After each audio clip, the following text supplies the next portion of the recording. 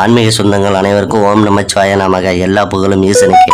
Okay friends, இன்றைக்கி நம்ம வந்திருக்கிறது தமிழகத்தில் கும்பகோணத்திலிருந்து 5 கிலோமீட்டர் தொலைவில் இருக்கும் தென்னகத்து திருப்பதி என்று அழைக்கப்படும் திருநாகேஸ்வரர் ஆலயத்திற்கு பரிகாரம் செய்வதற்கு வந்திருக்கிறோம். அதோடு இந்த ஆலயத்தில் எழுந்தருளிக்கும் பெருமன் உப்புனியப்பன் தலவரலான்னு தெரிந்துக்கிட்டு உங்களிடம் ஷேர் பண்ணியிருக்கேன். ஓகே ஃப்ரெண்ட்ஸ், வீடியோக்குள் போகலாம். உப்புனியப்பன் ஆலயம் எழுந்தருளி இருக்கும் இடத்தில் ஆதி காலத்தில் மார்க்கண்டே என்ற முனிவர் தவம் புரிந்தாராம். அந்த இடத்தில் அதிகம் துளசி செடி இருந்ததால் ஆதி காலத்தில் அந்த இடத்திற்கு துளசிவனம் என்று பெயர் பெற்றதாம். ஒரு நாள் துளசி வனத்தில் தவம் புரிந்து திரும்பும் வேளையில் துளசி வனத்திலிருந்து ஒரு குழந்தையின் அழுகுரல் கேட்டதாம். அந்த குரலை நோக்கி மார்க்கண்டையன் முனிவர் சென்று பார்த்தாராம். துளசியின் அடிவாரத்தில் ஒரு பெண் குழந்தை இருந்ததாம். அதை மார்க்கண்டையன் எடுத்து வந்து அதற்கு பூமாதேவி என்று பெயர் சூட்டினார். பூமாதேவி என்பது பெருமாள் பக்கத்தில் உள்ள ஸ்ரீதேவி தாயார் மற்றும் பூதேவி தாயார் இரண்டும் இணைந்த உள்ள பூமாதேவி தாயார்.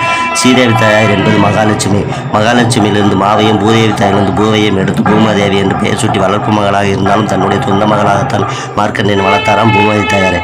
திருமண பருவ நிலை அடைந்து விட்டார். இந்த நாளில் பங்குனி மாதம் திருவோண நட்சத்திர ஏகாதசி அந்த நாள் அந்த அதிசயம் நடந்தது. கதையில் அடுத்த தொடர்